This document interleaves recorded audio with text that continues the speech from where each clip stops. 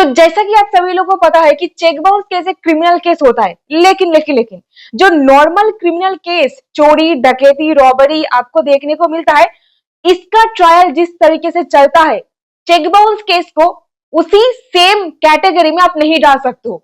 भले ही सेक्शन 138 एक criminal nature का केस है, लेकिन ये सारे ऑफेंसेस के साथ आप इसका कंपैरिजन नहीं कर सकते हो, ये अलग है। यहीं पर सेक्शन 138 नेगोशिएबल इंस्ट्रूमेंट एक्ट के अंदर आपको 2 साल तक की जेल और इसी के साथ ही साथ जो अमाउंट बाउंस हुई है, डबल द अमाउंट फाइन के रूप में आपके ऊपर इंपोज किया जाता है। तो यहीं पर आखिरकार सवाल आता है, अगर मान लीजिए कोई इंसान किसी को ब्लैंक चेक साइन करके देता है, तो उस परिस्थिति में क्या होगा? अगर वो चेक बैंक में जा करके बाउंस हो जाता है, ऐसा भी तो हो सकता है। मान लीजिए आप किसी को ब्लैंक चेक साइन करके दिया है, 5 लाख रुपए आपको वापस करना था, लेकिन वो इंसान 6 लाख भर के बैंक में डाल दिया। अब वो चेक बैंक में जा करके बाउंस हो जाता है, ऐसे परिस्थिति में क्या होगा?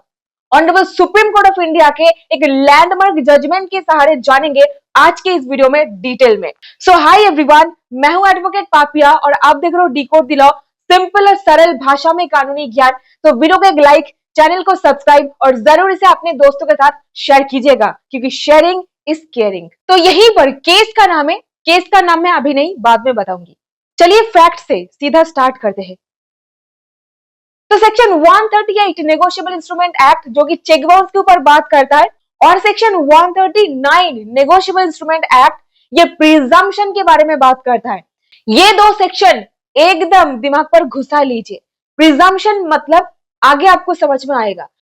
अगर कोई व्यक्ति किसी को ब्लैंक चेक जिसमें अमाउंट या डिटेल्स नहीं भरी हो, खुद से साइन करके दे देता है और वो चेक किसी पेमेंट के लिए दिया गया हो, तो कानून ये मान ही लेता है कि वो चेक किसी कर्ज या पेमेंट चुकाने के लिए दिया गया था। तो ये है प्रिजम्पशन। कानून मान ही लेगा under section 139 negotiable instrument act कि आपको किसी को पैसा चुकाना था। इमीडिएटली क्या होगा? बर्डन ऑफ प्रूफ आपके ऊपर आ जाएगा। आपको प्रूफ करना पड़ेगा कि नहीं, मेरे को कोई कर्ज चुकाना नहीं था, कोई पेमेंट देना ही नहीं था किसी को। Rebuttal of presumption under negotiable instrument act. ध्यान से समझिए। ऑनरेबल जस्टिस इंदिरा बैनर्जी और जस्टिस भानुमति जी की बेंच ने यह जजमेंट दिया है। सुप्रीम कोर्ट यहाँ पर खुद व्याख्या दे रहे हैं, जरा समझिए। अगर किसी ने खुद से साइन करके ब्लैंक चेक किसी को दिया है, तो लॉ ये प्रिज्यूम करता है कि वो पर्टिकुलर चेक किसी डेट या फिर लायबिलिटी को चुकाने के लिए दिया गया था, जब तक कि ये एक्यूज्ड यानी कि अभियुक्त मजबूत सबूत के साथ प्रूफ ना कर दे कि चेक किसी कर्ज के लिए नहीं दिया गया था। यहीं पर ऑनरेबल कोर्ट ने एक और इंपॉर्टेंट बात भी कही, अगर चेक देने वाले और लेने वाले के बीच ट्रस्ट या स्पेशल रिलेशनशिप यानी कि फिड्यूशियरी रिलेशनशिप हो, जैसे दोस्त, रिश्तेदार या बिजनेस पार्टनर, तभी चेक लेने वाले को सेक्शन 138 एनआई एक्ट का बेनिफिट मिलेगा। आई बात समझ में? लेकिन अगर एक्यूज्ड ये प्रूफ कर दे कि चेक किसी दबाव यानी कि क्वार्शन या गलत तरीके से इन्फ्लुएंस करके लिया गया था, तब देखिए वो पर्टिकुलर सिचुएशन अलग हो सकती है।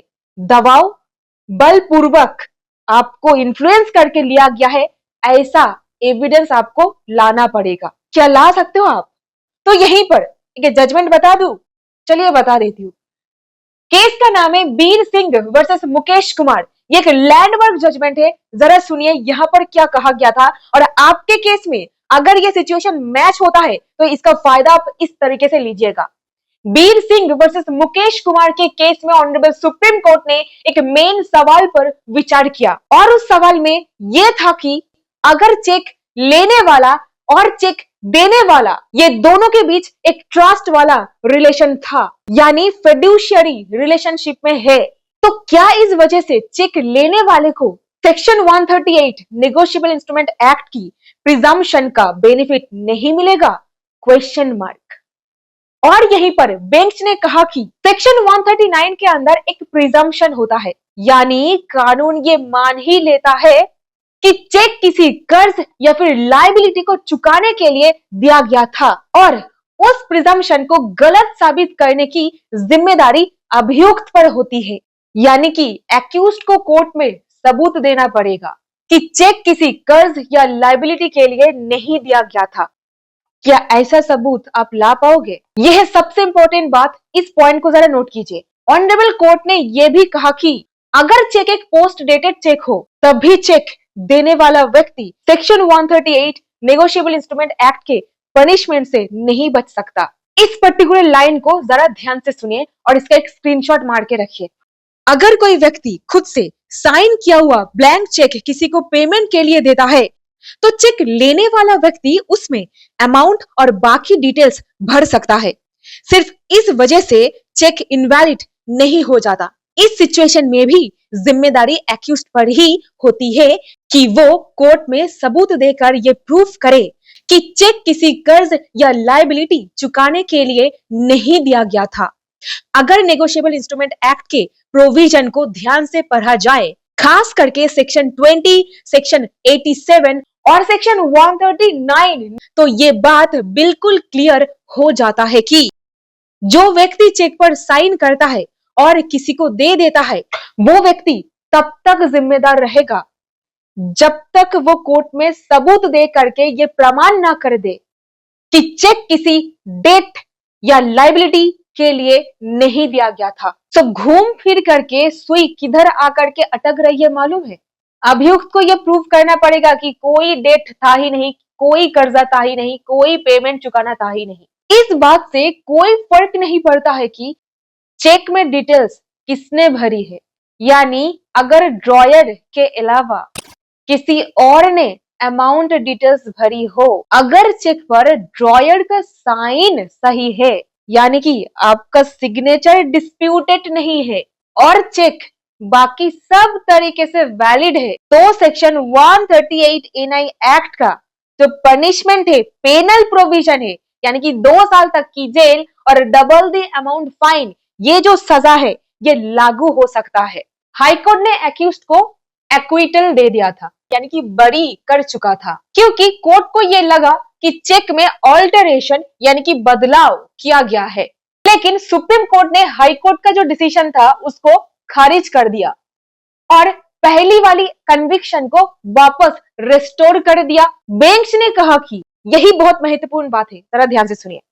अगर ये कहीं भी प्रूफ नहीं हुआ कि चेक पर एक्यूज्ड का साइन नहीं था, ये चेक उसने खुद से पेई को नहीं दिया था, और अगर ये भी कोई सबूत नहीं है कि साइंड ब्लैंक चेक कंप्लेनेंट को किस परिस्थिति में, किस सिचुएशन में दिया गया था, तो यह रीजनेबल तरीके से माना जा सकता है कि चेक में डिटेल्स कंप्लेनेंट ने भरी होगी जो पेई है, और यह काम एक्यूज्ड की प्रेजेंस में या उसकी रिक्वेस्ट पर या फिर उसकी परमिशन से किया गया होगा, ऐसा मान लिया जाएगा।